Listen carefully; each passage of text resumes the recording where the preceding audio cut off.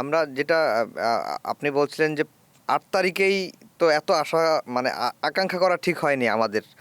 সেটা আমরা আকাঙ্ক্ষা করেছিলাম, মানুষ যেহেতু আকাঙ্ক্ষা করেছিল, আপনারা বুঝেন বা আপনারা অ্যানালাইসিস করেন, এই জন্য আপনাদের মধ্যে এই বোধটা তৈরি হচ্ছে, আমাদের মধ্যে তৈরি হয়নি।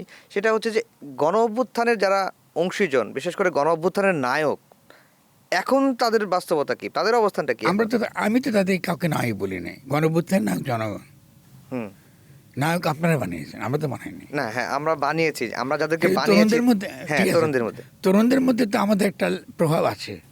ফলে তরুণদের মধ্যে নানা রকম তার ইতিবাচক নেতিবাচক দিক বহু দিক আছে। কিন্তু তরুণদের প্রতি আমি এখন কোনো বন্দুক ছুটতে রাজি নই। কারণ তরুণরা যতটুকু করবে তারা বুকটা পেতে দিয়েছে, তারা রক্ত দিয়ে আপনার এই 5ই অগাস্টের ঘটনাটা তারা ঘটিয়েছে। এরপর তো তরুণদের উপর তো নির্ভর করার তো আমাদের উচিত ছিল না। হ্যাঁ, তাহলে ডক্টর ইউনূস কী করেছেন? মাস্টার মাইন্ড তো উনি বানিয়েছেন, আমরা তো বলি নাই। এই তরুণদের প্রত্যেকটা ছেলেদের সম্পর্কে সব কিছু আমি জানি, ওদের ব্যক্তিগত জীবন, ওদের প্রেমের জীবন, ওদের পারিবারিক জীবন, ওদের সঙ্গে স্নেহের সম্পর্ক আছে, ভালোবাসার সম্পর্ক আছে। ওরা এর চেয়ে বেশি কী করে বলেন আমাকে? ওরা তো একটা বিরাট একটা ঘটনা ঘটিয়ে দিয়ে গেছে, এবং ওরা একটা মধ্যবিত্ত শ্রেণী, একটা পেটি বুর্জা, ওর তো জীবন আকাঙ্ক্ষা ছোট। ও টাকার লোভ দেখেছে, ক্ষমতার লোভ দেখেছে, কম বয়সে ক্ষমতা বসে গেছে মন্ত্রী।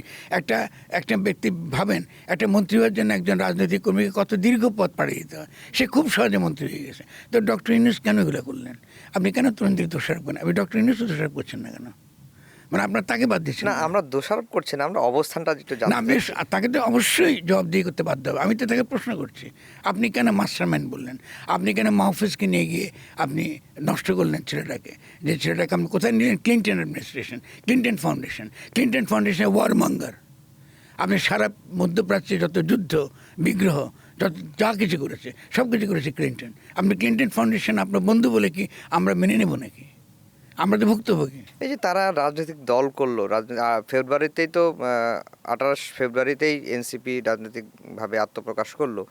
এই কদিনের পথ চলায় বা এই কমাসের পথ চলায় তারা মানে এবং আগামী নির্বাচনের যে বৈতরণীতে তারা কেমন করতে পারে? প্রথমত আমি মনে করি যে এনসিপি নির্বাচনী পথে গিয়ে নিজেদেরকে ধ্বংস নিজেরা করেছে।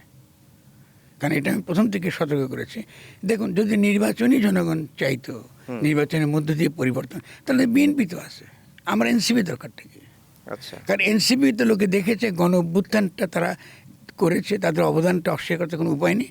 গণ অভ্যুত্থানের পরে তারা একটা নতুন গঠনতন্ত্র আমাদের উপহার দেবে, এই তো প্রস্তাবনা। সেই গঠনতান্ত্রিক তর্ক বিতর্কের মধ্যে সমাজের বিভিন্ন শ্রেণী জনগণ অংশগ্রহণ করবে, এবং অংশগ্রহণের মধ্য দিয়ে আমরা একটা নতুন বাংলাদেশ পাবো।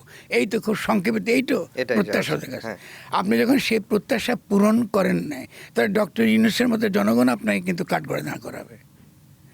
আপনি তো রাজনীতি তো শুনুন, রাজনীতিতে ভিলেন এবং কি হিরো নায়কের সীমারেখা অত্যন্ত ক্ষীণ।